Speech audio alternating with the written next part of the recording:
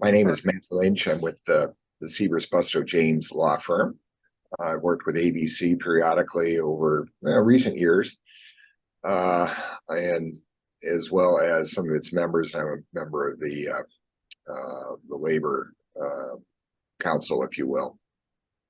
And I was asked today to present on a couple of topics, actually, one of which, both actually, I could spend all day talking about. We have, I believe, a couple hours allocated to what I have to say. The first, I'm going to give sort of an update on NLRB developments. It has been perhaps one of the most active years in probably the last 20, 30 years of NLRB case law and regulatory developments, as well as what the General Counsel of the NLRB is doing. And we're going to go through all of those developments. And then we're going to follow that with sort of probably a briefer presentation or talk on salting, and frankly, the more general context, what to do when the union person shows up on the job site, and how do you react? How do you react if they're trying to lure your employees away? But also, perhaps more importantly, how to react if you suspect that the union is trying to place a salt among your workers. And there are certain responses you can make to that are governed by law, but we'll also talk about some of the preventive steps you could take. And that should carry us through 1 o'clock. So with that said, I'm going to load up my first talk, which is going to be on NLRB developments here. And I will get this show on the road. So we're going to talk about what's going on with the NLRB, and there's a lot going on. And, quickly, we have several factors at play. Number one, new president as of January 2021, and the new president gets to appoint a majority of the National Labor Relations Board. And of course, the National Labor Relations Board oversees labor relations, not only between employers and unions, but frankly, the law is written in a way that covers non-union employees and non-union employers as well.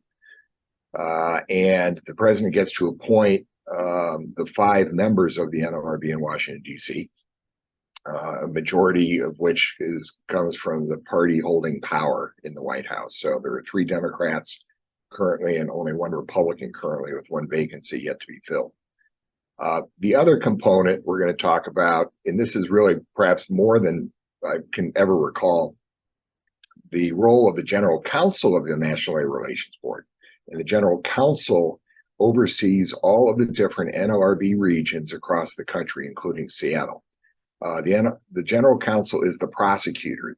General Counsel's office and the regions decides what cases to prosecute, what unfair labor practice charges to pursue against employers, some against unions, and then what issues to argue in front of the National Labor Relations Board in Washington, D.C. And by applying the facts to the case law, General Counsel is able to argue for a reversal of case law. And we have a very aggressive, exceedingly pro-union General Counsel in Washington, D.C., who is on the prowl for all sorts of cases around the country that would allow her to argue for a reversal of case law and institution of very, very, very pro-union decisions. And I don't normally go overboard in sort of editorializing here. I do try to keep things even-handedly, but in this case, there is a lot going on, and she is trying to lay waste, frankly, to about 50 or 60 years of case precedent. But having said that, let's begin with the NLRB and the notice of proposed rulemaking that they put out there last November that would effectively reverse Trump-era rules that themselves reversed, which themselves reversed prior Obama-era rules on the so-called quickie elections. Everybody remembers the quickie elections from 2014, 2015, and the rules that were put in place by the Obama-era NLRB that made union elections a lot easier and a lot quicker to take place. In other words, before, when a union would file a petition, oftentimes it might be a month or two before an election is even scheduled, let alone held. Well, the quickie election rules cut that off to roughly 3 weeks or so, with accelerated deadlines for employers have to follow, with the requirement that a lot more employee contact information gets to go to the union. And it really caused, as I said, a shortening of elections, the election time period, much to the prejudice of employers. So the Trump board came along and reversed several of those to try to restore a little bit of balance that had been in place for the prior 50 years before the Obama board came along. But guess who's in the White House? We have a Democrat now in the White House, and Democratic prerogative, the president's prerogative, is to appoint a majority board. And so what this NLRB has done, which now consists of majority Democrats, is they are publishing proposed regulations that would reverse some of those Trump era rules and kind of reinstate some of the rules that the Obama board had done. So it's just this maddening pendulum that swings back and forth every time there's a different occupant of the White House that does not allow for any consistency in federal labor law when it comes to employer-union relations. The comment period for these proposed rules ended in March, and so we're awaiting final rules. And the final rules will likely mirror closely the proposed rules that were published back in November of last year. One of the more important proposed rules, which will become the rule, is the use of blocking charges, where if a union election is pending, and if a union doesn't like what it's seeing in terms of employee sentiment, in other words, if a union feels it's going to lose the election, a common union tactic is to file unfair labor practice charges against the employer, claiming that the employer may have tainted the election or is unlawfully threatening employees or promising people all sorts of things. And even if there's no merit to a claim, unions often file charges prior to 2020 that would block the vote. And that would, of course, give the union more time then to campaign and to twist arms to get people to turn around. So they would file charges to block elections if the union felt the election was not going their way. And it was very frustrating because an employer could be completely clean. All it would take would be an allegation by the union and a charge, and then boom, the whole process stops. Trump era reversed that and said, no, we're going to let the election continue, but we'll impound the ballots pending a hearing on those issues. What the NLRB is proposing is to put a rule into effect, a federal regulation that would effectively say that no, the regional director can block an election if an unfair labor practice charge is filed and not conduct the vote until after that charge is resolved. And as you can see, that is a very potent weapon in the hands of unions, in that they would control effectively the timing of any election, because all they would need to do is file an unfair labor practice charge and demand that the vote not take place until the resolution of that charge. That would delay the vote itself, but this way it would delay a vote in a way that would allow the union to campaign and try to change people's minds. So that is one element of the proposed rulemaking. Another element of the proposed rulemaking, which you don't have to worry about too much as merit shop employers, contractors, is the current rule, which requires a 45-day posting period. If an employer voluntarily recognizes a union, the NLRB rule currently says that there's a 45-day period during which employees can file a petition to basically remove the union, if you will, from voluntary recognition.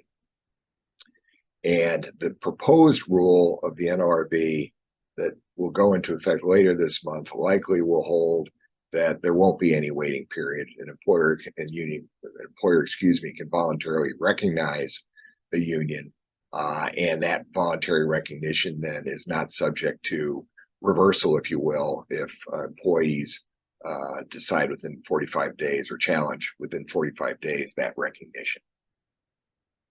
Finally, more pertinent to the construction industry, are rules regarding 8F agreements and 9A agreements. And I think you guys are all familiar with 8F agreements because of the nature of the construction industry, the ebbs and flows of employment levels and whatnot.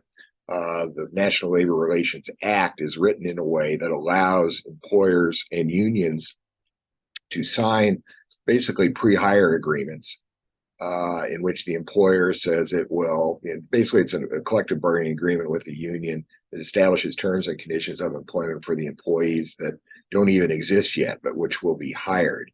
And that's the only provision of the NLRA that allows an employer to recognize a union without any showing whatsoever of majority status. But those agreements are very short-lived. The employer can terminate those agreements and that relationship with the union upon the expiration of the 8F agreement. So as you can see, unions often will try to convert those agreements to a normal collective bargaining relationship with the employer, which carries with it much more, many more roadblocks, if you will, for the employer to go non-union, for employees to decertify the union. The Trump board looked at the history that had been developing, showing that many contracts, 8F agreements, would be just automatically converted to 9A agreements, sort of more permanent employer-union relationship, just because the contract was written that way. You've seen provisions that say, it calls this a non-A. This is an agreement between the employer and the union under Section 9A of the National Labor Relations Act, without any showing of interest by employees to actually be unionized. So the Trump board wrote a rule and put it into effect that said that in order for that to happen, there has to be showing a majority interest by the union. They can't just write it into an agreement because that would override the rights of employees to decide whether or not they wanted to be union. So consequently, the Trump rules said that you need to have that showing, and it made it much more difficult for a union to convert a contract into a 9A permanent kind of arrangement.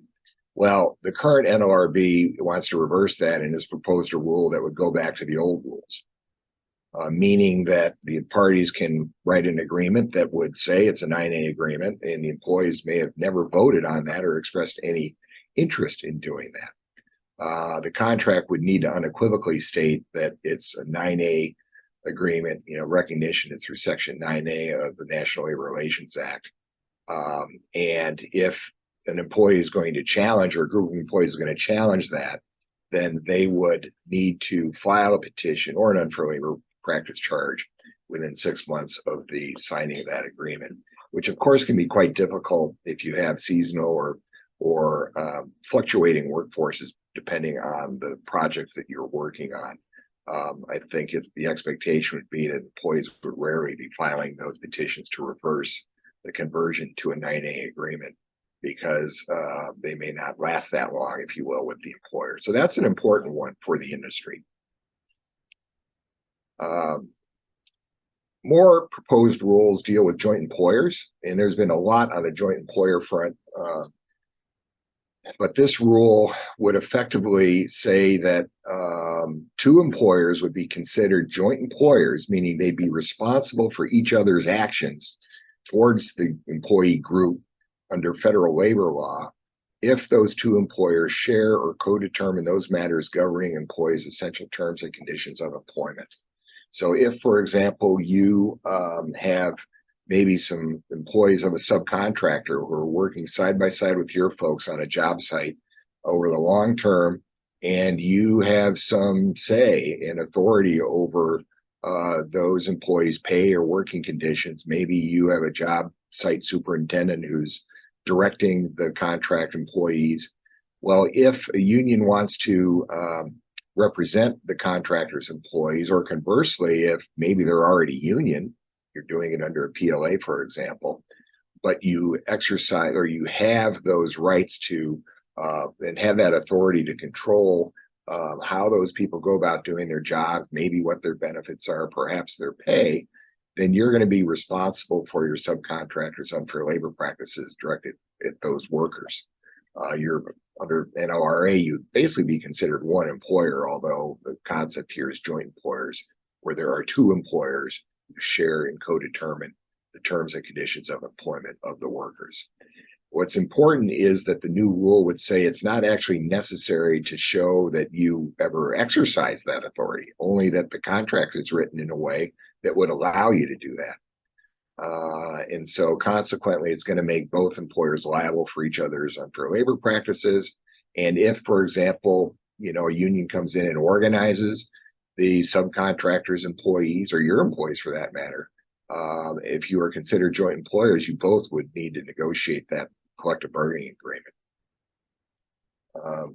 And there are more changes to come, obviously, but these are the main proposed rules right now that the board put out there, and these are expected to go into effect later this year as final rules.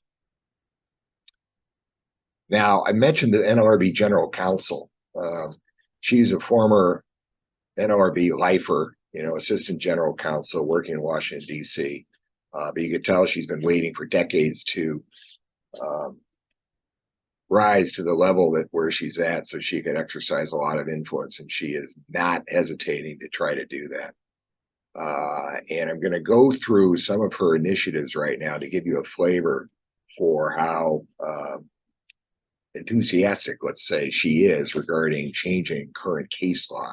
Again, she doesn't have the ability to change case law on her own.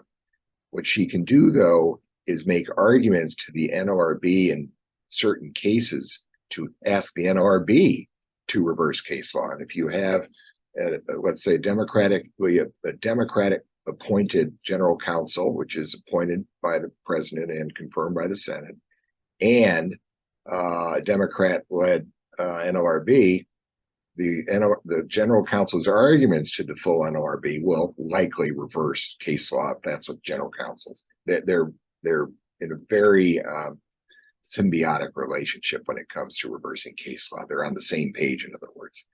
So right now, General Counsel put a memo out, GC 2304, 23-04, that told all the regions around the country, and again, these are regions who work for the General Counsel, be on the lookout for these kinds of cases, because we want to file charges and get this issue in front of the NLRB so that we can argue for reversal.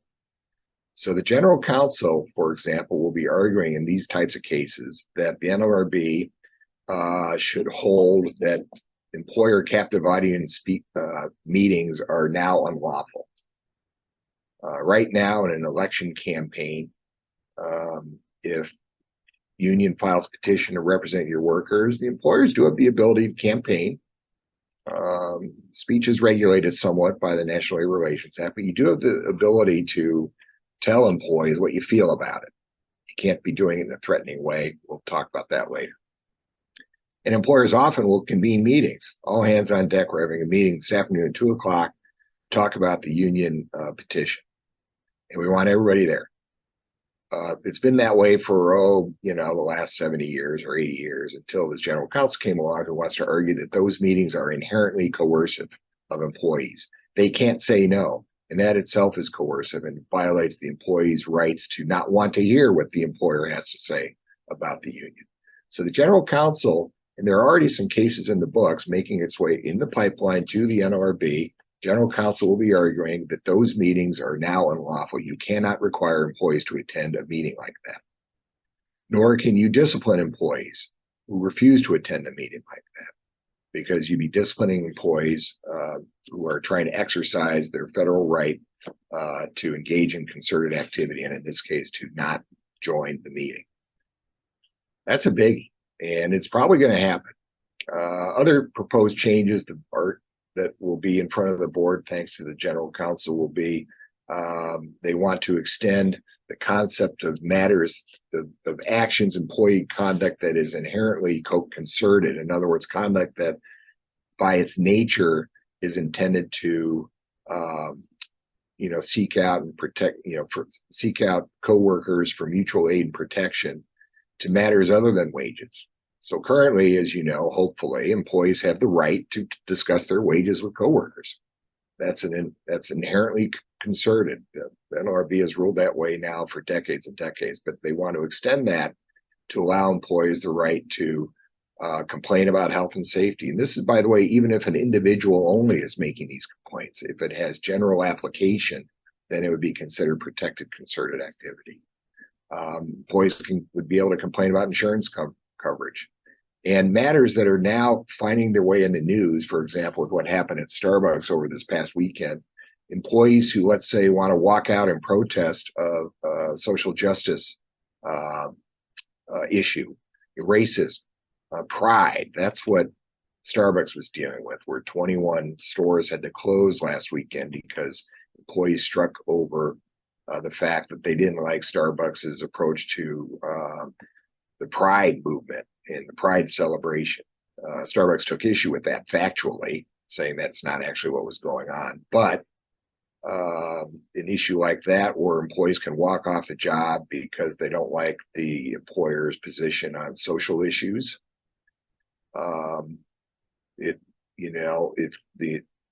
or to merely just protest,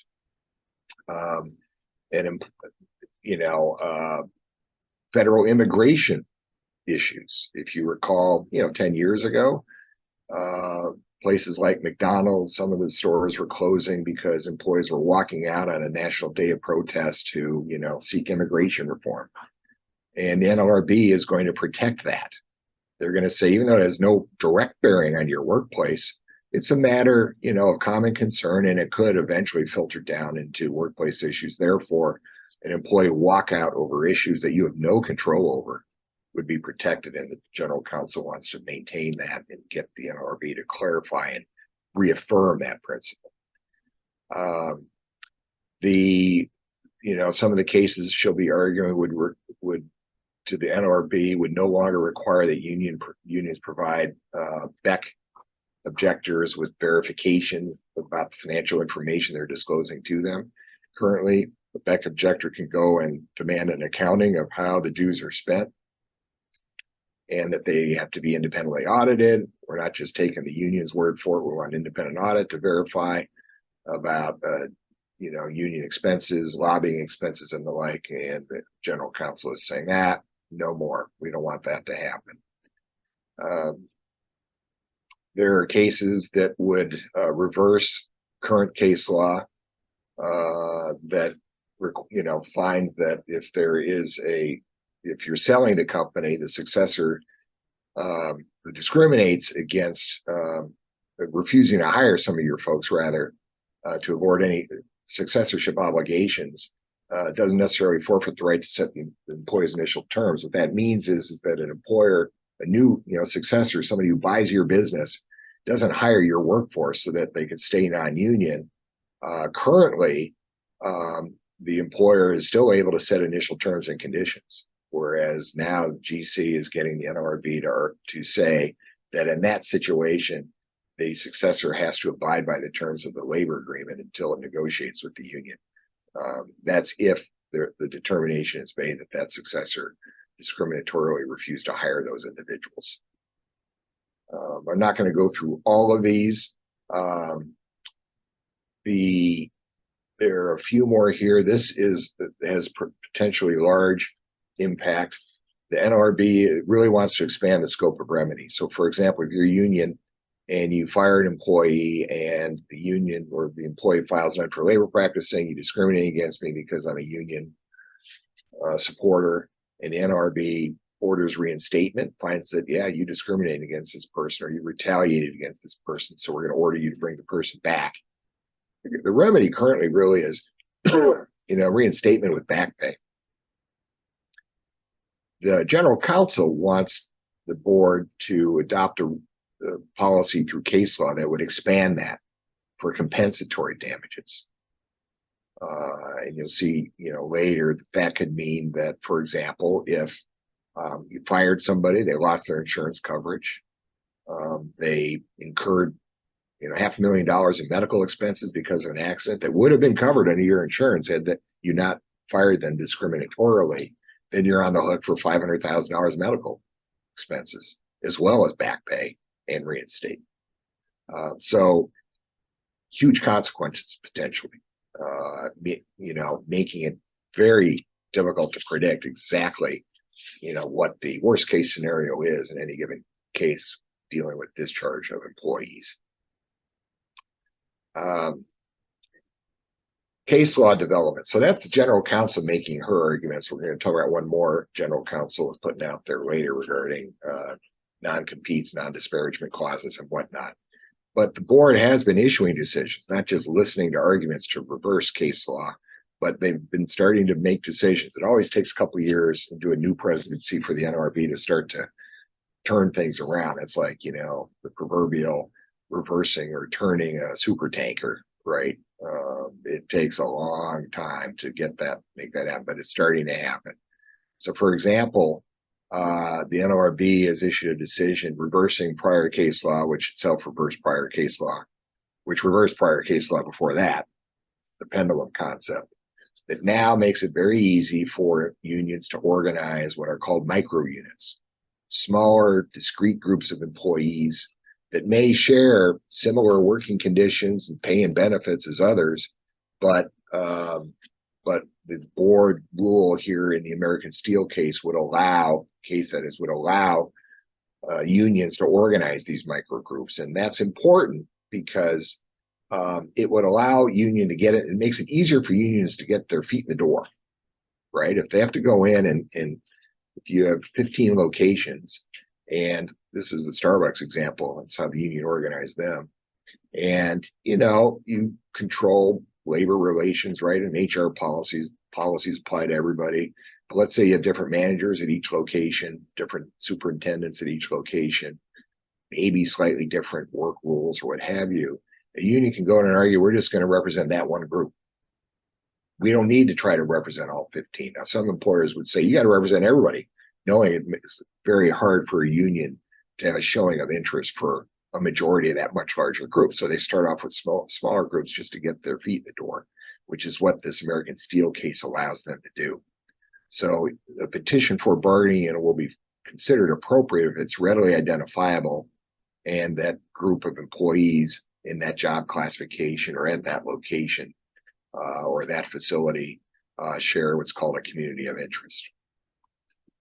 And that's very important, particularly for larger employers with groups scattered with maybe multiple different job classifications. It'll be easier to organize those employees now.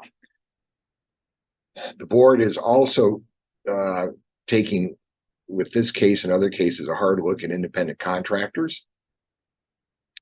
And the Atlanta Opera case, which was issued just a week and a half, 2 weeks ago, went back to a prior standard, which itself reversed a prior standard. I think you're getting the theme here. That the prior standard that this case reversed said that really the important factor that should pervade all of the different common law factors of who's a true contractor, independent contractor, and who is an employee. The key factor is really, does the individual have entrepreneurial opportunities as an independent contractor? All right, that's the key. Now you can see that if they don't meet all of the other common law factors tests, but they do have the ability to make money on their own and go work for others, then the prior decision said that, okay, that person's an independent contractor, not an employee. Now the Atlanta Opera case reversed that and said, no, entrepreneurial opportunities is just one of the common law factors. It's not the overriding factor, but you can still look at it. And if you're going to look at it, you have to ask these questions. Does the person that, who's in dispute have a realistic opportunity to work for others? Do they regularly pursue those opportunities? Do they have any ownership interest in the work they do? Do they have control over important business decisions like scheduling the work and hiring, selecting other employees, buying their own equipment? If they don't, then they don't really have any meaningful entrepreneurial opportunities, and that would be one of the factors used against them. But there are other factors in the common law test that have been out there for decades and decades that you really already need to be paying attention to. Who exercises control, who sets, wages, who sets benefits, things like that. Do you have the right to control the outcome of the work, or do you have the right to control how the work is done? If it's the latter, then that's more indicative of a employee relationship. So those factors haven't changed, but we can no longer rely on, the person's demonstrable ability to go out and make money doing what they do for other employers. That may not carry the day anymore. The board also took a look at, and this is sort of, somewhat counter to what many people consider the NLRB normally does when it comes to union stuff. They took the opportunity in this McLaren-Macomb decision from earlier this year to say that any employment agreement, any severance agreement that contains non-disparagement and confidentiality clauses very well might unlawfully restrict people's ability to engage in protected concerted activities. What are these protected concerted activities? I mean, I've referenced them several times, but there's a section in the National Labor Relations Act called Section 7. And in that is the core of federal labor law. And it applies to union and non-union employees. And it says that employees have the right to band together for mutual aid or protection on wages, benefits, other terms and conditions of employment. And that also says that the employees have a right to form, join, or assist a labor organization, a union, or to refrain from assisting a union. So there are two components. That one component applies to it applies to all employees, but employees have the right to act together for mutual aid or protection. And that's matters wages, benefits. They can discuss their wages, or General Counsel wants them to be able to walk out, to protest, some federal policy. If they want to complain about safety matters, if they don't like the way a supervisor is, assigning work. I mean, those are all protected activities regardless of union status. Okay, now the NLRB is saying that non-disparagement clause, and those are clauses in contracts that says that, hey, we're going to give you money in this separation agreement, and we want this to be a clean break. So you agree after this, by accepting the money, you agree you're not going to go out and, speak badly of the company. Confidentiality clauses are clauses that say that, the terms of this agreement are confidential, and you can only, disclose them. They usually say like to your spouse, attorney, maybe tax advisor, that kind of thing. The NLRB said, no, that's unlawfully coercive because it would prevent people from going to complain about employer work practices or go to a union or go and enlist the support of employees at other companies to complain about work practices. So that's kind of critical. And I don't know, I doubt any of you maybe have employment agreements you're working under, but if you use employment agreements, you have to scrutinize those provisions carefully because under federal law, for employees, those agreements are unlawful. Not necessarily for supervisors. Supervisors are not considered employees under federal law. So many of what I'm saying doesn't really apply to supervisors, but the NLRB did say that could possibly impact supervisors if supervisors are being asked to testify in an unfair labor practice hearing, for example. The non-disclosure agreement may not, or non-disparagement and confidentiality agreement may not be enforceable against the supervisor in that case as well. They did say, though, those agreements could be lawful if they're really narrowly tailored, right? If you have a very precise, narrow definition of what kind of proprietary or trade secret info you're trying to protect. You have to really spell it out. You don't want the language to be interpreted as saying, oh, that also means that I can't go and complain about my workplace to others. No, this only really applies to, protecting our trade secrets or confidential business practices, customer development, marketing plans, business plans, and the like. You can restrict that, but you can't restrict anything beyond that for all intents and purposes. And you can see that, the same reasoning, the General Counsel used the NLRB used, it could be extended to like non-competes.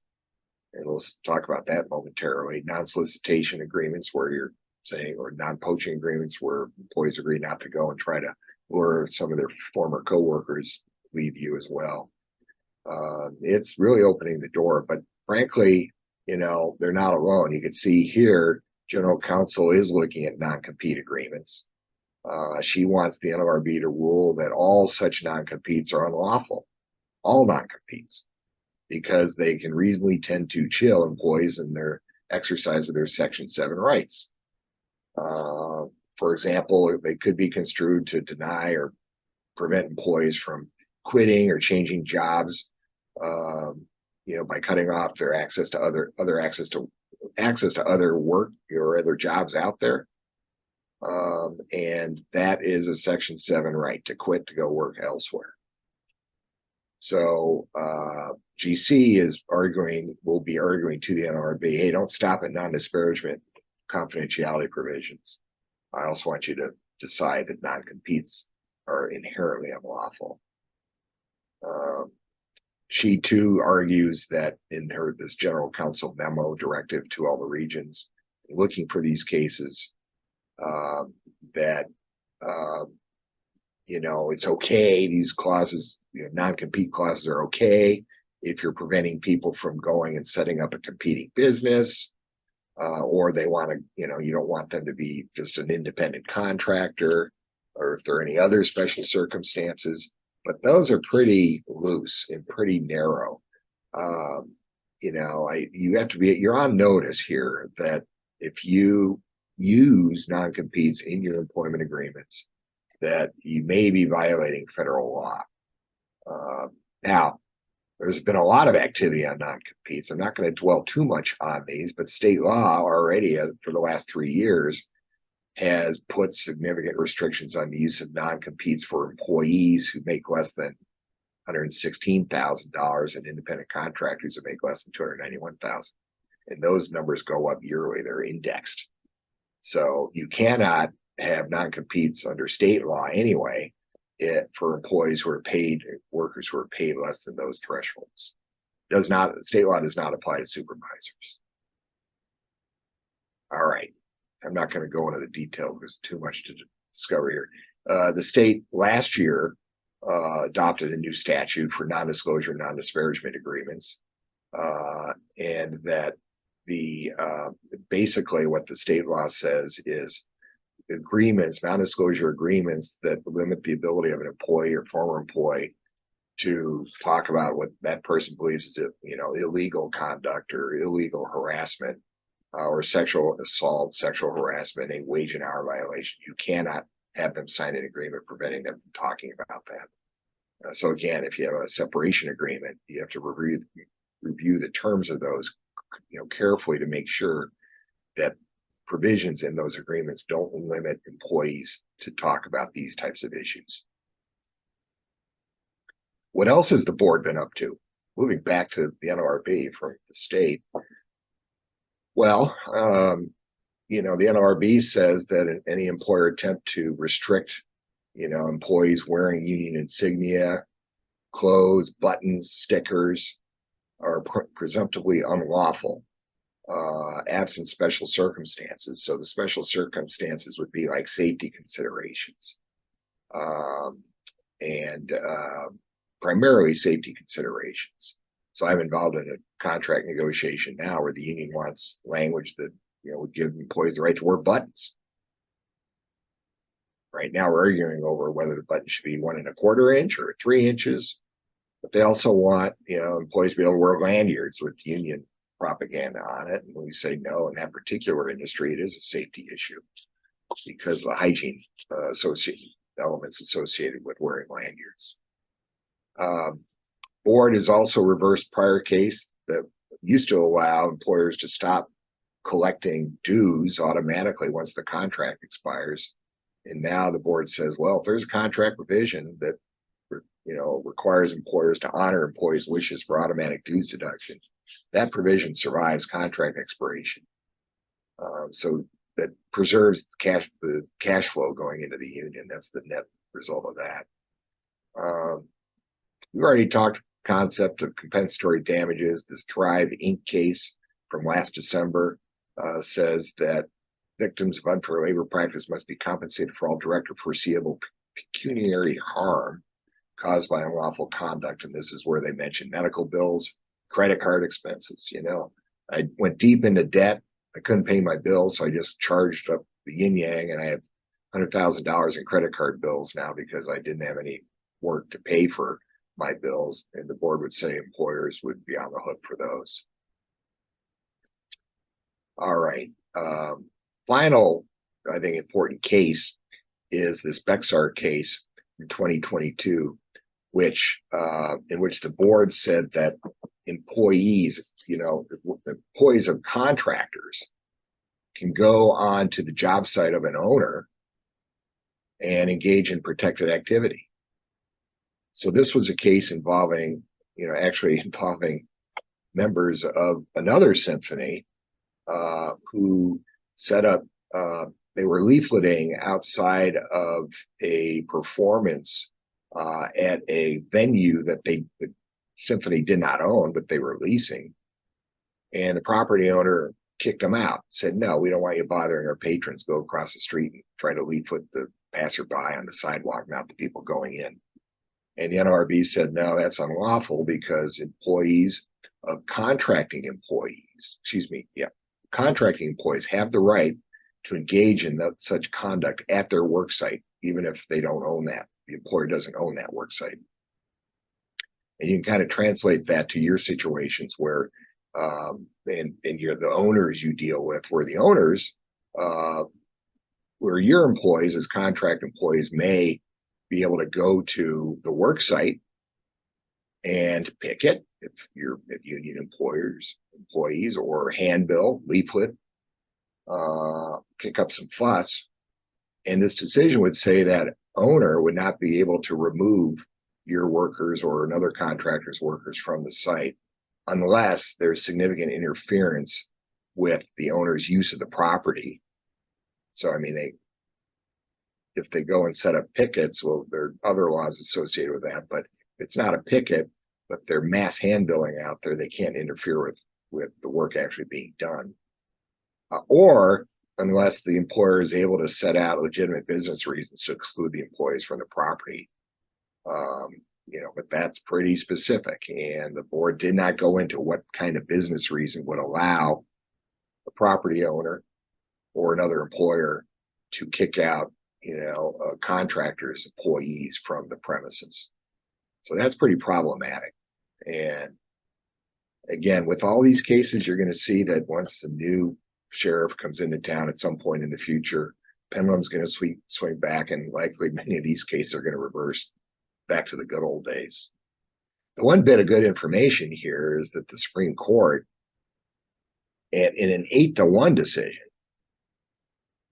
said that Teamsters Local 174, our friends here in Seattle, could be sued for damages by an employer. In this case, it was Glacier Northwest, and that federal labor law does not preempt state law in that regard. In this case, Glacier went and sued Teamsters, saying, listen, when we had the cement strike, concrete strike several years ago, there were deliveries being made, and then boom, right in the middle of the deliveries, the Teamster drivers just got out of their cabs and left, and causing severe damage to the trucks and to the product they were delivering, the concrete. They knew it was going to harden in the trucks. And the implication to Glacier, at least, was that it was done purposefully to inflict damages on the employer. So Glacier sued Teamsters in state court, saying it's a tort. You violated your duty not to let that happen, union. And so we got, tens of millions of dollars of damages, or millions of dollars of damages. Washington State Supreme Court said, oh no, that's preempted by federal law. We can't hear this. You can't have this claim in state court. Well, then Glacier appealed that in federal court all the way up to the Supreme Court, which ruled that, oh yes, you can sue them in state court. Federal law does not preempt a state law when it comes to any tort claims resulting in damages. So that's actually one for the good guys. A little bit of editorializing there, if you permit me. That one is one for the good guys. What are we doing? What's going on with project labor agreements? Well, not a whole lot, actually.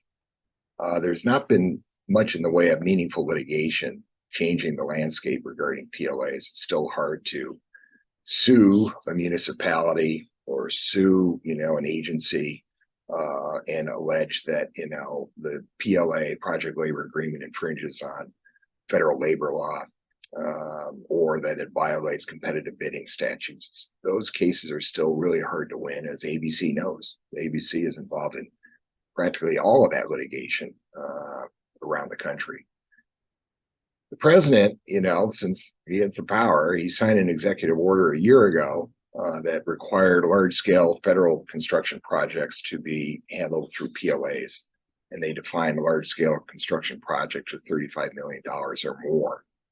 Now, as with all such requirements, it's always very clear. It always says you don't have to unionize employer, but you have to abide by the terms of a PLA.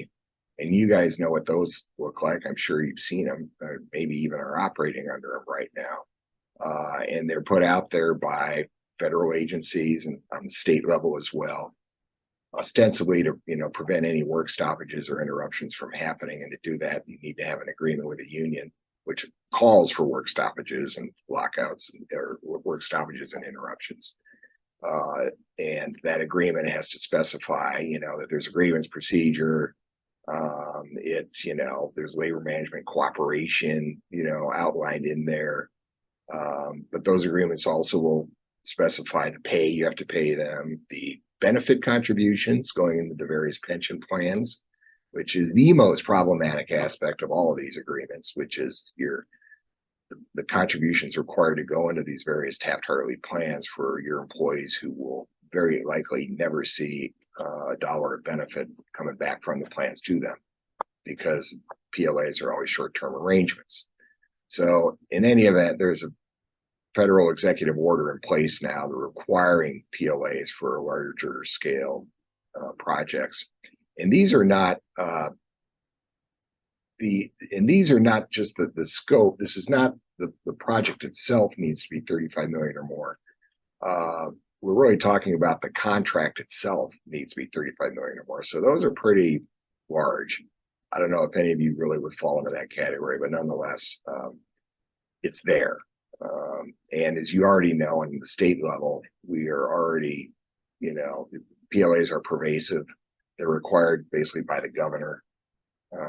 Every public project out there is put out with PLA or community workforce arrangement in mind. You can't escape them for most, if not all, of the local projects on the state agency as well as municipality and county levels.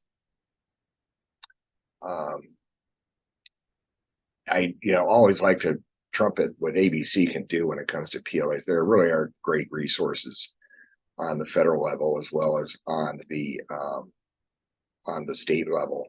The ABC of Washington, not Western Washington, but Washington, open shop resource. But I would counsel you, I'd recommend that you go, if you haven't looked at them, to go and see the resources that are available at both national as well as the Washington chapter's website. Really good stuff. And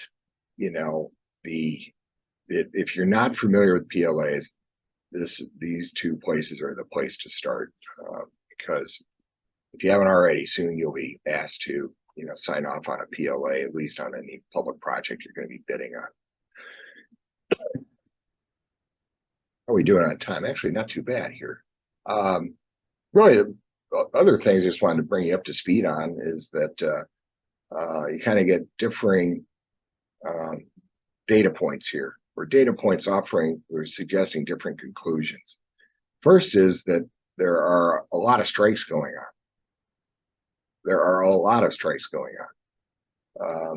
A lot of it is in the retail sector and hospitality sector, where unions have been aggressively organizing, the Starbucks of the world.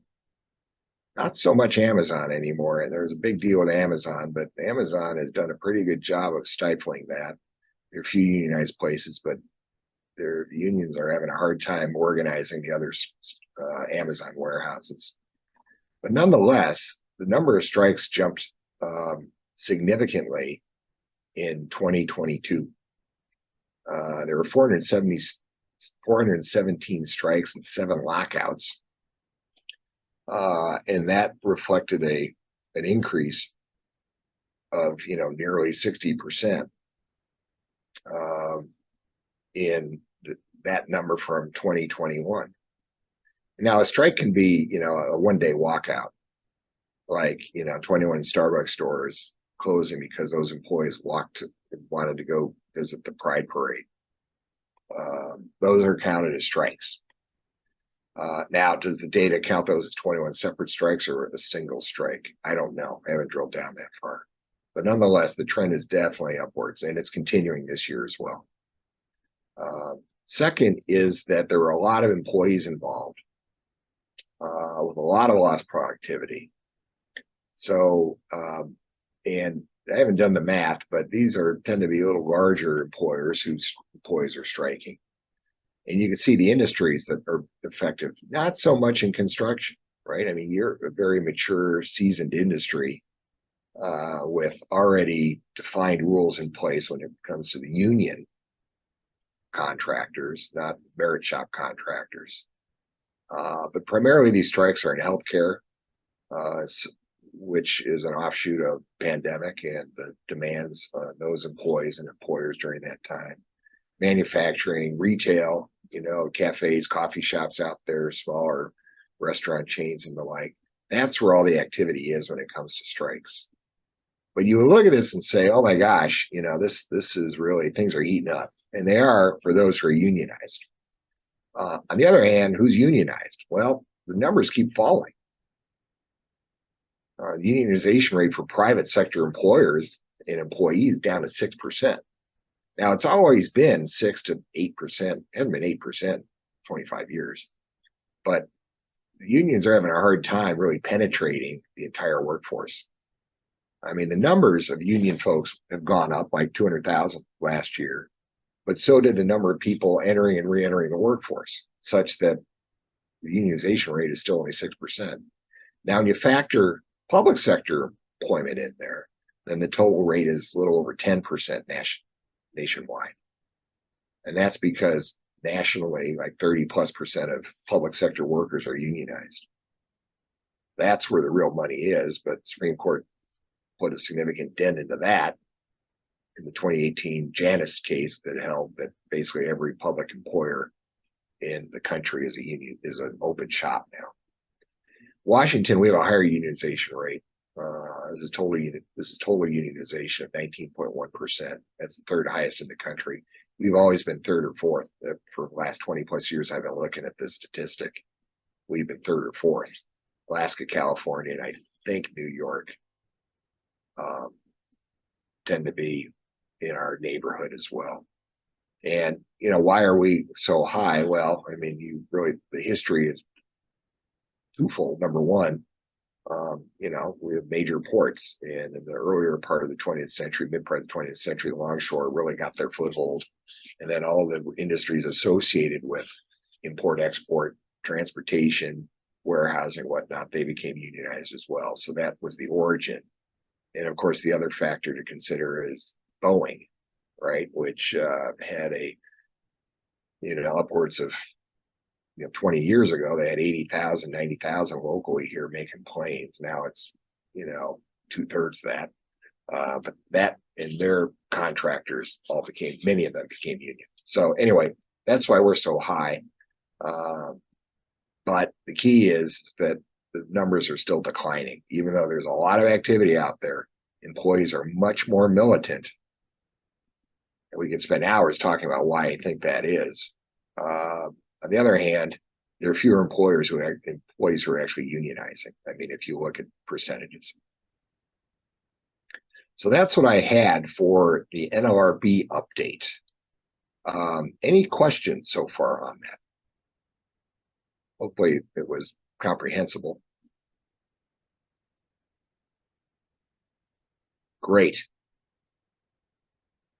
Well, we could take 5 minutes, or I could launch into the next section. I don't think the next section is going to take that long. Maybe I'll just continue. And then if we do end before 1, as I think we will, you can look at it as a gift of time. And nowadays, that's all I look at. I get 5 minutes, that's a gift of time. It's amazing how time becomes more precious when you have little time to do things. So I will switch screens here, and we'll go over to, hiring do's and don'ts. But really, I want to spend most of my comments on salting as well as stripping employees. And so, but to do that, you sort of need to understand, we already touched upon it a little bit, what rights do employees have under federal labor law? And then, what role can supervisors play? You need to understand that to then put some context into what I'll have to say about salts and what I have to say about stripping employees. So first off, we've already said the National Labor Relations Act, which is the federal law here, gives employees the right to engage in union activities and the right to refrain from engaging in union activities, as well as non-union activities that, are for mutual aid protection. So employees can campaign for a union. They could refuse to campaign for a union. They could strike, not strike. They could vote for a union, vote against a union, all that stuff. And employers are not allowed to interfere with those rights. Now, when I say interfere, that means you're not allowed to threaten employees or promise employees benefits if they do, act a certain way when it comes to unions. That would be unlawful interference, but you always have a right to express an opinion about, what you feel about a union or what you feel about a union organizing campaign and the like. You just cannot be coercive and interfere with people's ability to engage in that activity or frankly not engage in that activity. You do have the right as an employer to, continue normal operations despite any union activity.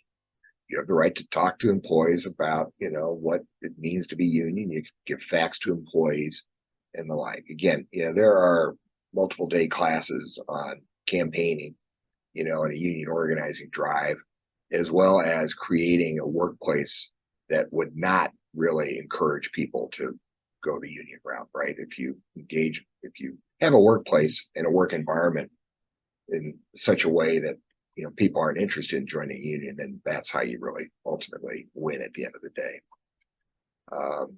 Okay, so now I mentioned supervisors, and I said something earlier. The supervisors are not employees. Federal law defines as supervisors any individual who has authority in the interest of the company, the employer in this case, to hire, transfer, suspend, lay off, recall, promote, discharge, assign, reward, discipline other employees, or direct employees, or adjust their grievances, or recommend all that action. As long as, this stuff requires independent judgment. So, supervisors supervising folks, they're a supervisor. You might have somebody who's a manager but doesn't supervise any individual, but, they might have the ability to direct individuals how to do their work, what have you. It's very case dependent, but when we talk about supervisors and what supervisors can say, these are the kinds of people we're talking about. Now, I do want to highlight here that this list does not mean that whoever is a supervisor has to do all of these. Okay, that's not what that says. They only have to do one of these. But, for the most part, particularly in construction, who's a supervisor. Job site superintendents are supervisors. The manager of shipping receiving is a supervisor. Warehouse manager is a supervisor. Frontline supervisor is a supervisor. A lead, that gets kind of iffy. But generally, supervisors have, they're not covered by what I'm about to say here. Supervisors are agents of the company, so that means the company is responsible for what the supervisor does, which is why supervisors need to be knowledgeable about all these areas in terms of what they can and cannot do, because if they trip up, then you're on the hook under the National Labor Relations Act. So on union issues, again, this is just background here. Supervisors and employers, supervisors and managers cannot threaten employees because of their union activities. Employee wants to complain about their wages. You can't say, if you do that, I'm going to discipline you, or I'm going to write you up, or we're going to fire you. You can't say that. If a person says, I'm in favor of the union, I'm going to vote for the union, you can't say, okay, then you're history. That's a threat. That's unlawful. Company's on the hook. You're going to get in trouble with the National Labor Relations Act Board. Supervisors cannot interrogate employees about their union activities. Hey, tell me about that meeting at Denny's last week. Who was there? And what did the business agent say? You can't ask them those questions. That's unlawful interrogation. It puts employees on the spot and it kind of discourages them from participating in union stuff if that's what the employee wants to do. Nor can you promise people benefits. You can't say if you stay non-union, we're going to increase your or add big PTO to your accruals, or we're going to raise your pay, or we will install air conditioning if you vote against the union. You can't say any of that in a campaign, nor can you be spying on them. Can't be like looking to see who's talking to who, or walking in and hanging around and try to overhear a conversation. You can't be lurking around the corner of a union meeting, all that stuff. Nobody does. Not many people do that. But sometimes it happens. For example, this was a while back, where, their union was picketing in front of the employer. It was not a strike, it was a picket. They were protesting the slow progress at the negotiating table. And despite everybody's best efforts to make sure supervisors were aware of what they could and couldn't do, there was one supervisor who was really curious and thought it was really cool because they hadn't seen it before. Hadn't seen employees picket before, never saw, unions with signs in front of the building. What does the supervisor do? Goes to the window with, the cell phone and just starts recording it. And can't do that because, employees see a supervisor recording them. That sends a chill down their spine, so to speak. And the implication is something bad might happen. So, and the supervisor, I only did it because I was really curious about it. I've never seen this before. I just wanted to video it. That's what the person's supervisor's statement was. But again, you cannot conduct surveillance. So the acronym here, the famous acronym, is TIPS, right? No threats, no interrogation, no promises, no surveillance. And I've always argued it doesn't have to be TIPS. It could be the reverse. It could be SPIT. No surveillance, no promises, no interrogation, no threats. But I think people early on decided it's cleaner to just say no TIPS, or beware of TIPS as opposed to beware of SPIT. Whatever helps you remember it, that's the key. All right, so general rules here. Supervisors, employers can't discriminate against employees because of their union activities or beliefs. You can't refuse to hire people because they came from a union contractor. You can't, say we're not going to. You got to be careful. You can't create, rules saying, well, we're not going to apply this rule if you're union. That could be considered discrimination. You can't, reassign them to a less appealing job because, they are interested in the union. You have to be very careful, and you can't really summon employees into a small room of your office with closed door and say, hey, let's talk about the union. That's coercive, right? You're called into your supervisor's office, your manager or your VP or director shuts the door, says, I want to talk to you about your interest in the union. That's not going to end well. And usually for the employer, it's not going to end well because that's a classic ULP right there, unfair labor practice. However, if employees want to talk to you, that's a whole other matter. So if an employee comes up and says, hey, I want to talk to you about the meeting last Tuesday at Denny's, you can be all ears. You can listen. Say thanks for sharing. Or if they ask a question, say, I'll get back to you on that. But it's okay if people want to talk to you. You just can't be initiating that communication on your own. It's going to be portrayed as interrogation or surveillance. But you have a right to express an opinion. And the law states very clearly, supervisor, manager, company, just as the company, can express any view, argument, or opinion and can disseminate it in writing, wherever. And that won't be evidence of any unfair labor practice as long as it doesn't contain a threat of reprisal or force or promise of benefit. So if somebody says, what do you think about this union organizing? You could say, I don't like it. I used to work for a company that was union, and the union did nothing for us, or the union charged us a lot in dues. Or you can tell them, I don't think, going the union route is good for you or for the company. You're going to have to start paying dues. And I don't think you need to do that. I mean, that's all opinion. Now, it's the opinions that are against the union that usually come into play, but employees and supervisors have a right to say that. You should all coordinate that, though. I mean, if we get into these other issues, if you feel that you're kind of targeted by the union, managers, supervisors, superintendents are going to really need to be coached on what they can and cannot say. But they, at the most basic level, they do have a right to express an opinion. Okay, so what happens if the union shows up? You're on the job site, and it's really common. You're non-union. You're a sub working for a general, and general is contract, maybe a PLA, whatever. The sub knows you're non-union. They want to talk to your employees. So we'll talk about the non-union context, but even if you're union, they want to talk to your employees. You still have the ability to make sure that you know who's visiting, ask for ID. Why do you want to visit? You got to refer to a bargaining contract, a PLA, for example, if you sign one, or a CWA if you're covered under one, or if you have a contract with the union. Check the language for union visitation rights. You follow that language. That's the best thing to do right up front. And then try to limit the scope of what the business agent wants to do, right? I mean, say, okay, here, go in the trailer. I'll bring so-and-so to you. Try to limit their walking around. Sometimes on a larger chaotic job site, it's pretty hard to do that. I recognize that. Now, if you're non-union and they come in and say, I want to talk to you, or I want to talk to your employees, well, you could say, first off, no, our employees are working. You could talk to them before or after their shift.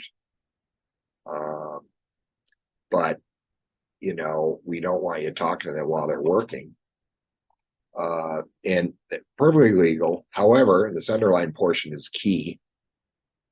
If you don't enforce that with any other outside group, then you cannot enforce it with the union. You got to treat them the same as you would any other third-party visitor. So if you've never enforced these rules, you can't start enforcing it when the union's involved, because that becomes inherently discriminatory. And the NLRB would hold you accountable for that.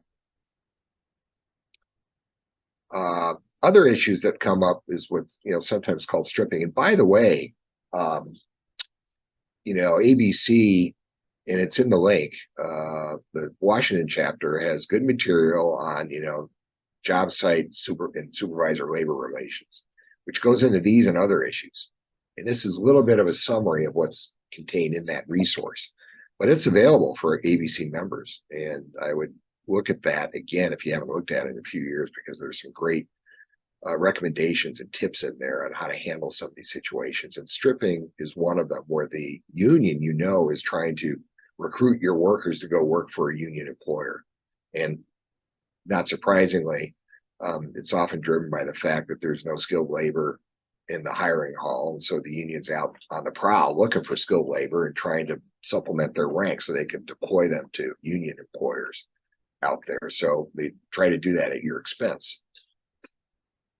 And, the way the unions do it, not surprisingly, is, hey, there's a union contract over there. You're going to get pension contributions, much better pay, premiums, or, whatever. And, so go work for them. The main reason, as I said, is because of the hiring hall. They need to kind of supplement, staff up their hiring hall. But also, if unions are able to siphon away good employees from non-union employers, it makes it more difficult for non-union employers like you to compete. Right. So, then what happens is the non-union, the merit shop employers, they're posting for open jobs. And then what does the union do? Then they go and they send salts there to organize you. So, I mean, it's a multi-pronged strategy. Multiple considerations for a union to try to take your employees and get them to work elsewhere. Okay. If you're working under a PLA and you lose apprentice, for example, then you might be violating the terms of the PLA when it comes to the apprenticeship ratios that are covered in the PLA. So yeah, you have reason to try to put a stop to unions doing that. And one thing is, if they're being offered more pay, you might need to match it. But you have to make sure you're not doing it in a way you can't go and threaten employees. If you work for them, you're never going to set foot in this company again. And I will see to it that you don't have a job anywhere else in the industry. That's great, except that's unlawful. Don't be threatening them for exercising their rights to work elsewhere. Remember, we have an NLRB General Counsel who's arguing as we speak to the NLRB that non-compete agreements are unlawful, inherently unlawful, because it prevents employees from going to work and improve their pay and status at another employer. So don't threaten them, employees who may demonstrate an interest in doing that. So how do you keep employees from moving elsewhere? Well, it's the tried and true measures, right? Make sure you're paying competitively. Industry surveys, anecdotal information. When you're hiring, you cannot ask employees now, what they were paid, but employees often volunteer it. Now in this state, there's a requirement that all job postings contain salary ranges. Use that information to your advantage. You have to post yours, I get that, but you also now can avail yourself of your competitors' salary ranges so you know where you stand and make sure you're right in there.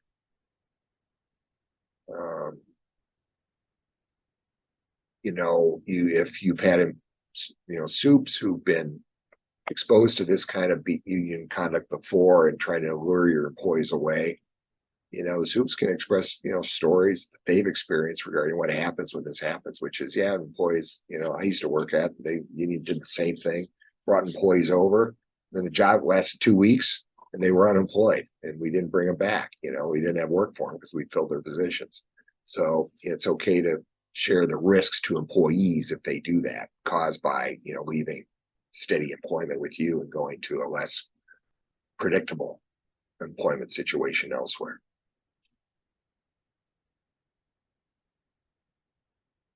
Okay, let's talk about salts.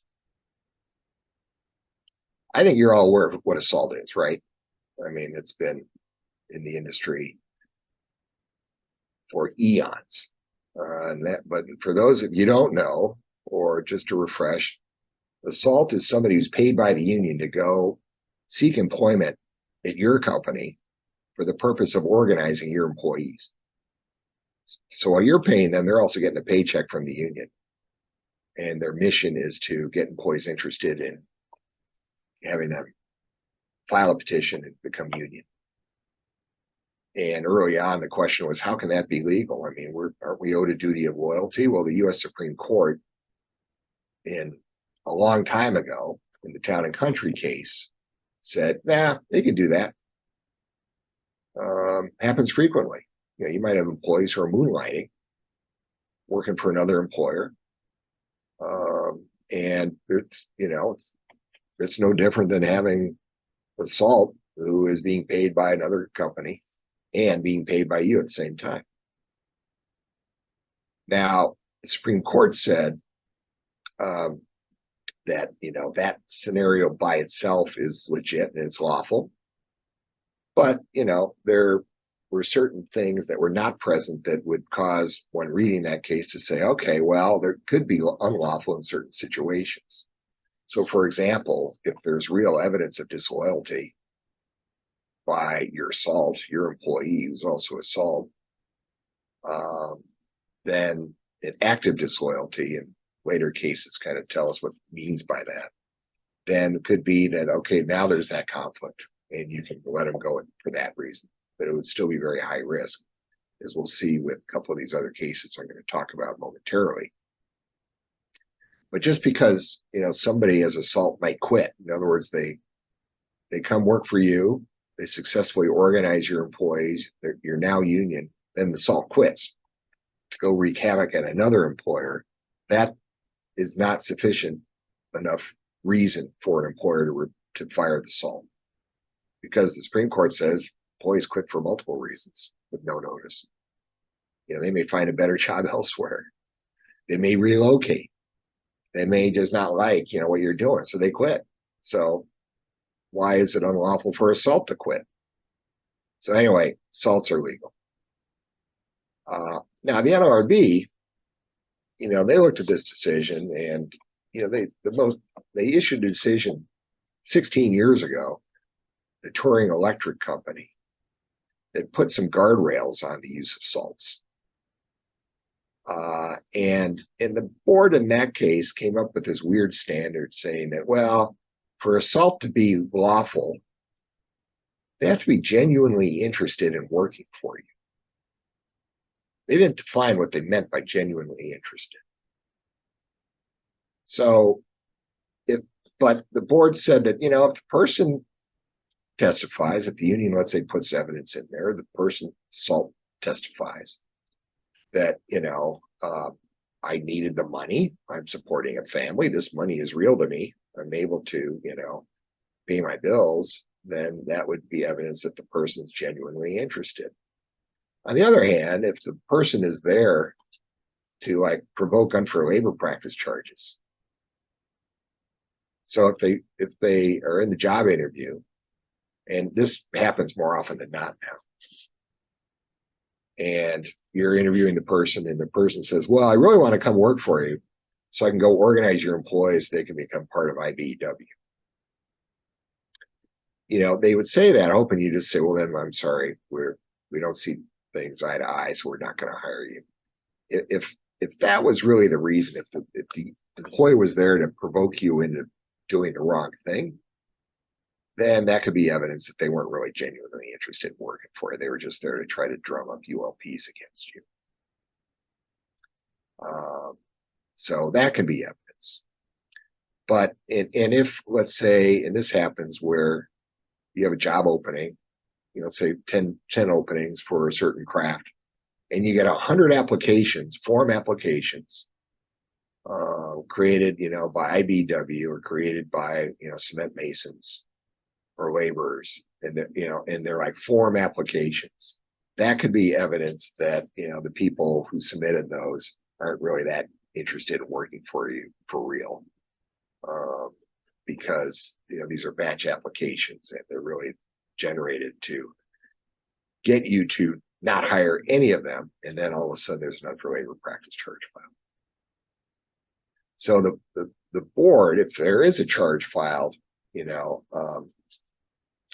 then the union, and then frankly, the NLRB General Counsel would need to show that the person applied for the job and that the application reflected a genuine interest in becoming employed by the employer. And then the burden shifts to you to show evidence that kind of calls into question the person's actual interest in working for you.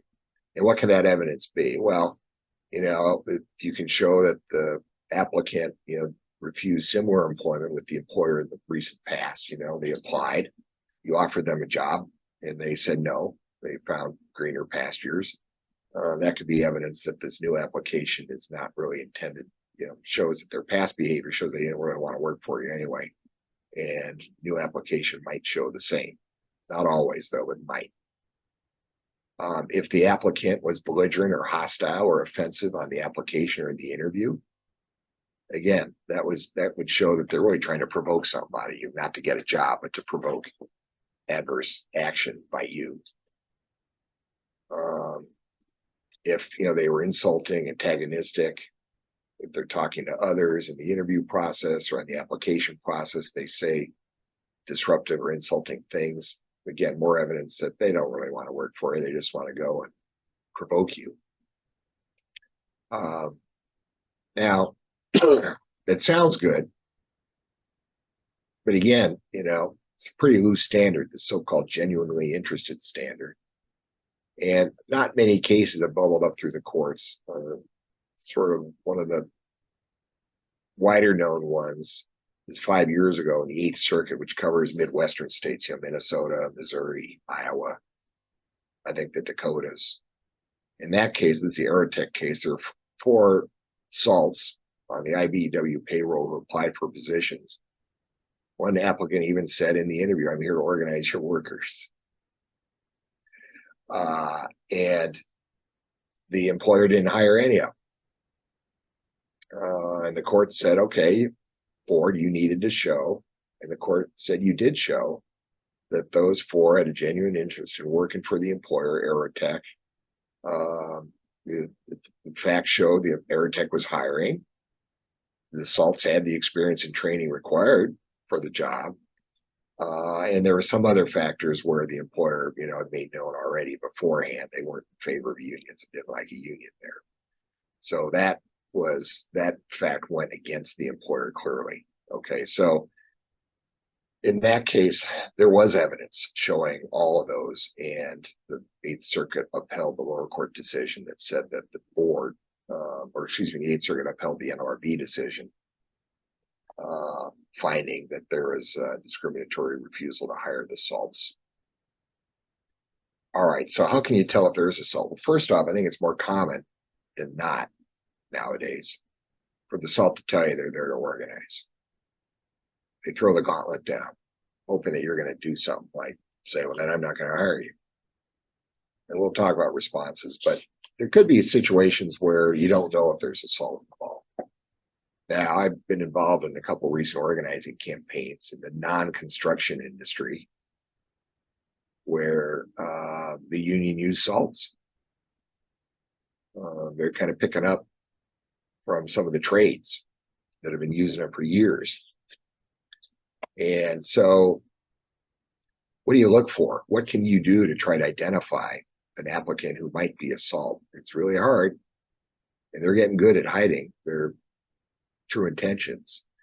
But, take a look. I mean, what's their employment history show? If they're working primarily at union places, that's a pretty good indication that they're comfortable working at union places. And in fact, maybe they organize those union places. If there conversely some gaps in their employment history, mysterious gaps in their employment history, you ask about, tell me about this gap, but they don't have any real good sounding explanation.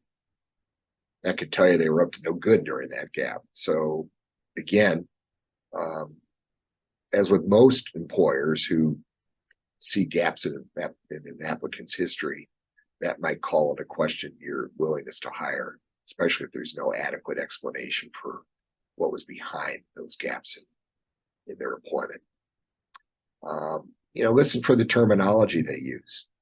I learned early on when I was doing this, when I'm drafting employee handbooks back in the day, you never call their problem-solving procedure a grievance procedure because that's a union expression. And it really is true.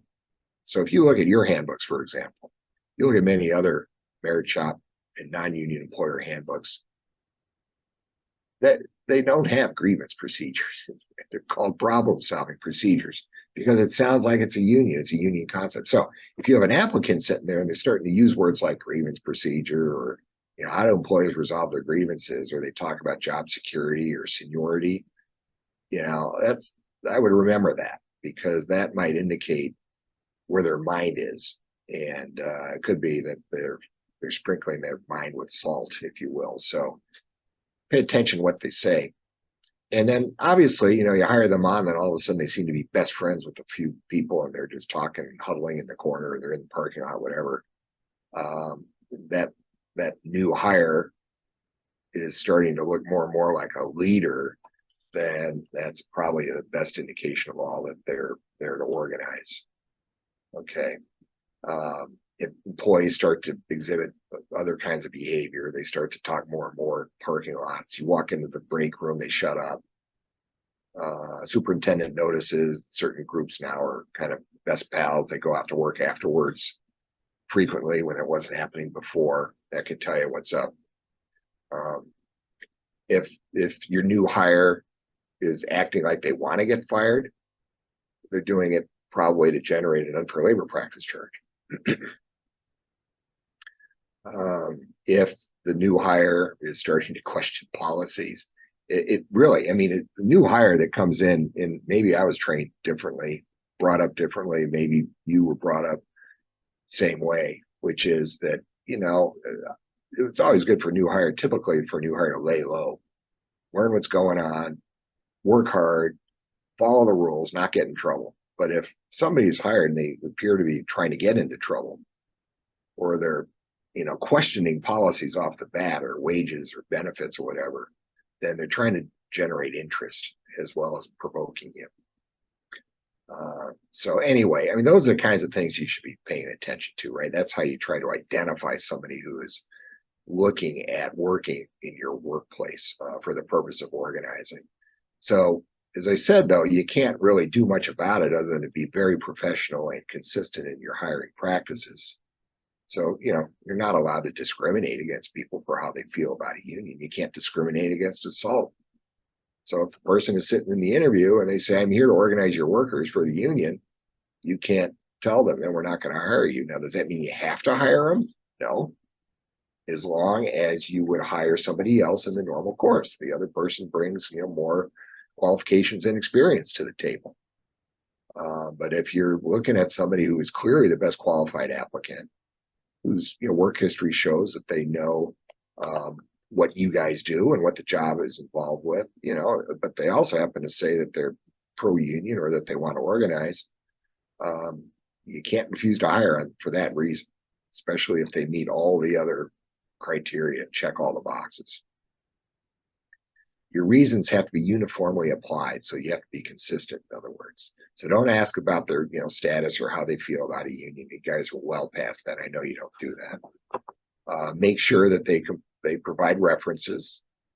So if they've identified places they've worked at, you should call the company and ask about them. Now, are you going to get the straight scoop from those employers? No, just like the prospective employer calling you probably won't get the straight scoop, because everybody's been trained to only give name, rank, and serial number now. However, sometimes those phone calls they can be revealing. So it's always worth contacting, HR at the other company or whatever, say, we have this applicant, wanted to get a job reference.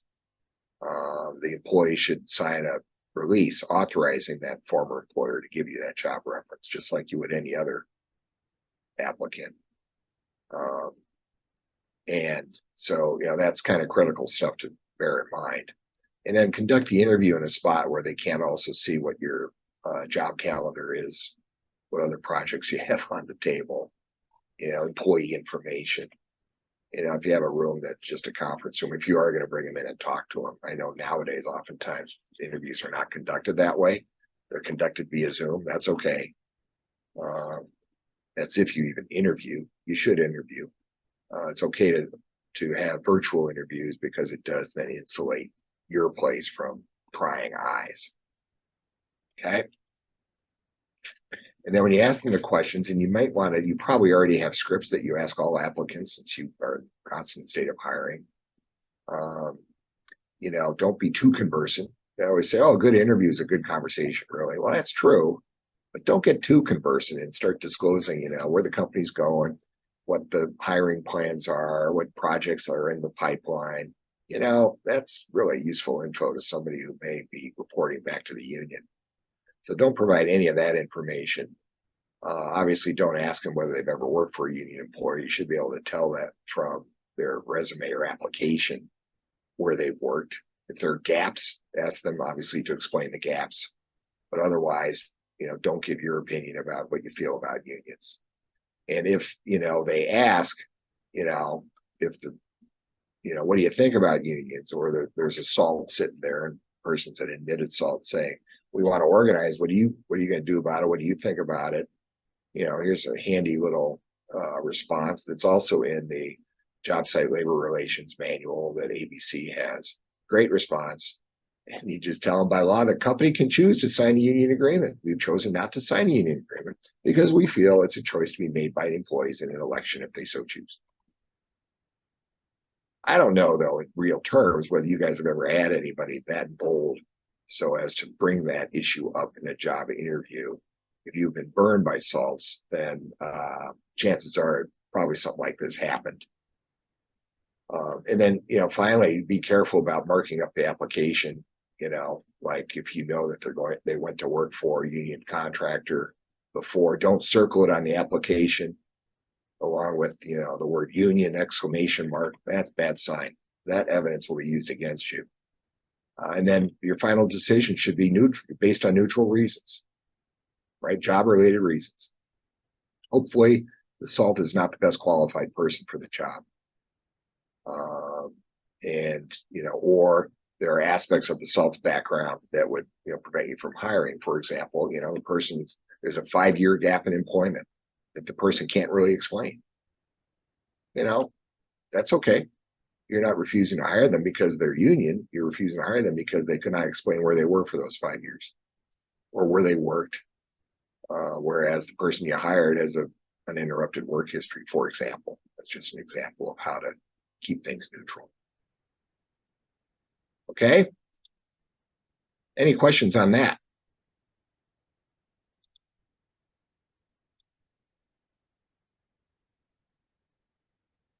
You're all still there. That's the good news.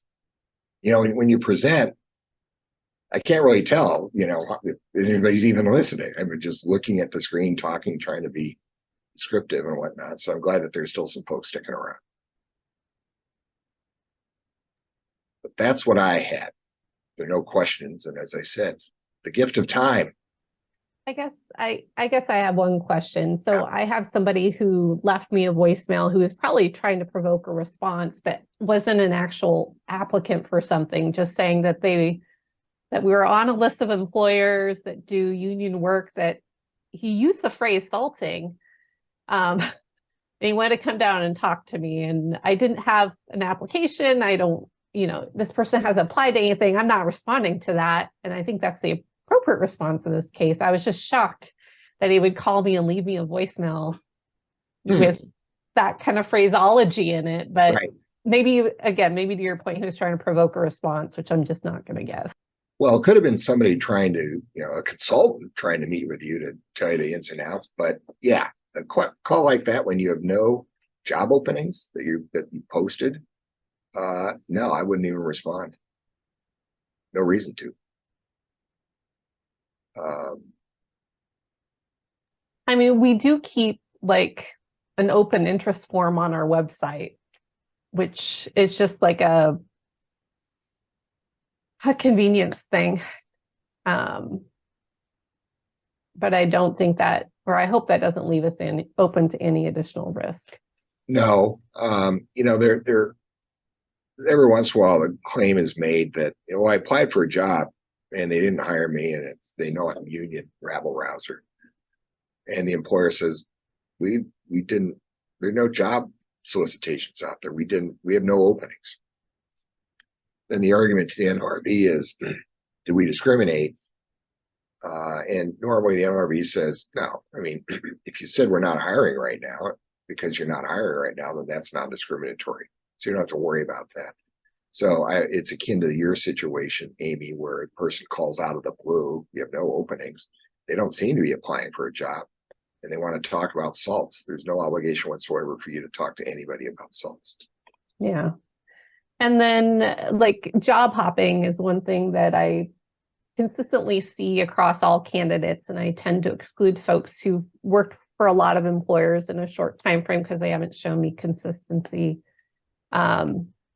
And that seems like it would be a non-discriminatory reason for not hiring somebody. And that sounds like it works. Yes, it would be. Yeah, it would be. Because especially if your business model is such that you need, you spend a lot of time training people, getting them up to speed, you invest the time, and you can't have them getting trained and all of a sudden, boom, they're gone. Yeah. I'm reluctant to hire folks who work someplace real short stints, because it does usually take us 4 years to train. Yeah. Right. And frankly, you're doing what many employers do. I think if they saw similar histories, they would probably not hire. And again, the only it's not discriminatory. It's business related. Yeah. Unless you tend not to hire only those folks who've been bouncing from union place to union place. Or you happen to know, that yeah, yeah, I remember that company. They were just organized. They're in the industry. They were organized about the year around the same time this guy quit. Well, that could put two and two together. So you got to be careful about maybe not hiring in that case. But it sounds like you're doing a good job of creating that consistency by saying every time we see that, I don't care who the employers are, it really doesn't matter. We don't want transient workforce. We invest in time and we expect them to stick around. Anything else the employers need to be aware of in terms of like their upfront applicant or interview process when salting might be the desired intent external party? No, I mean the key is not to get suckered into reacting. Okay. Right. So if you do already have consistent practices, as I said, if you have scripted out questions that you've always asked, and you're prepared to answer an aggressive salt, who lets you know what they're there to do, you don't react to that unless they ask you the question. And then the answer would be along the lines of what we just read, a short while ago, which is we respect our employees' Section 7 rights to, for secret ballot election, and it's up to them. But we choose not to sign a union agreement right now. But if employees elect the union, otherwise, then we'll respect that decision. Yeah, that kind of stuff. Okay. Well, It kind of thank has you. a quote. Sometimes salts. I mean, some unions like the ones I referenced that I've dealt with a salt or two in the last couple of years, they were secret salts, right? They weren't there saying, "I'm here to organize." Yeah. But other unions, decide, "Oh no, what the heck." We'll let you know because it kind of confers added protection to individuals. And it's similar to when a union files a petition, they get people to, they gather signatures from employees who sign authorization cards. So there's a showing of interest that allows the union to seek a union election. So they go to the NLRB, they file the cards, and then, the NLRB gets on board and they start scheduling an election for people to vote. Sometimes the union then sends a letter to the employer saying, FYI, employer, as you know, we filed a petition to represent your workers. Also, the following employees signed the petition or, were involved in the organizing drive. And the letter lists all your employees who supported the union. And the union does that so that if you, fire or discipline an employee after that, they would say, oh, it's because we sent you the letter. We told you they were pro-union. And then all of a sudden they get fired 2 days later. Really? That's why they do it. So. Yeah, I guess I had one more question about supervisor classification because, I've got journey level electricians and they are job site supervisor providing, feedback on their apprentices or trainees. They can discipline those folks. They can send them back to the shop. They don't usually outright fire them without consulting with me, but all the managers would have to consult with me before term.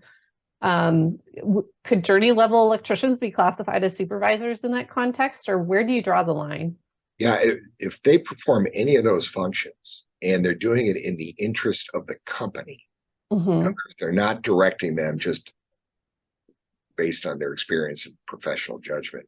In other words, they're not, if somebody comes to you and they're responsible for leading a group, for example, and the employee goes to that journeyman and says, what machine you want me to work on next? What machine do I need to oil next? And go oil that one. That's not the kind of responsible direction and assignment that will make that person a supervisor. On the other hand, if they, let's say, are instrumental in hiring, if there's an opening and you say, journeyman, go out and interview and then tell me which one you want to hire, and you hire them, that's indicative of supervisory status. So the job title doesn't automatically carry the day. It's that the person does. Now, clearly, if they're out there supervising individuals, directing them, writing them up if they come in late, telling them, to follow policy or whatever, then they're a supervisor, even though they're out there turning wrenches. Okay. Yeah. And it's like providing written feedback for the reviews and the authority to kick them off a job site if they're not following their instructions. Like, is that likely to rise to the level of supervisor responsibilities in that case? if they've exercised that authority, as Okay. opposed to just being set on paper, they can do it. And the key is, you said in one of your two little examples here, if they actually do send people home without having to get your permission, then that's what a supervisor does. Okay. And if you read that definition again, it's from the National Labor Relations Act. It says there are the following 11 actions that a supervisor can take, or a true supervisor does. Well, I only have to do one of them, like assigning employees, hiring, firing, performance evaluation, setting wages, whatever. Even if they don't actually have final approval, if they effectively recommend that kind of action to somebody like you, and you always follow their recommendation, then they'd also be considered a supervisor in that case. Okay. Yeah, it might be a little bit gray, but I It do is wonder gray. if they have enough authority. Yeah, it's very gray. Yeah. And in union election situations where a petition is filed, a union may want to include the journeyman like that in, or may not want to include. And it's up to the employer to figure out, okay, do we want them in there? Because that person likes the company and they may vote for the company, and that'll improve our chances. On the other hand, maybe we think we don't want them in there because it's going to hamstring our ability to manage the workers. So we'll argue to the NLRB before the election that they're actually supervisors. And then the NLRB drills down. They're the most boring hearings you can imagine. Drills down into what this person's conditions of work are, and how many times have they sent somebody home? Have they ever disciplined? What kind of input do they have on setting wages? When did you meet with them to talk about that? Is this authority only on paper, or is it real authority that they've actually exercised? That kind of thing. It's very fact dependent, and it is gray. Mm-hmm.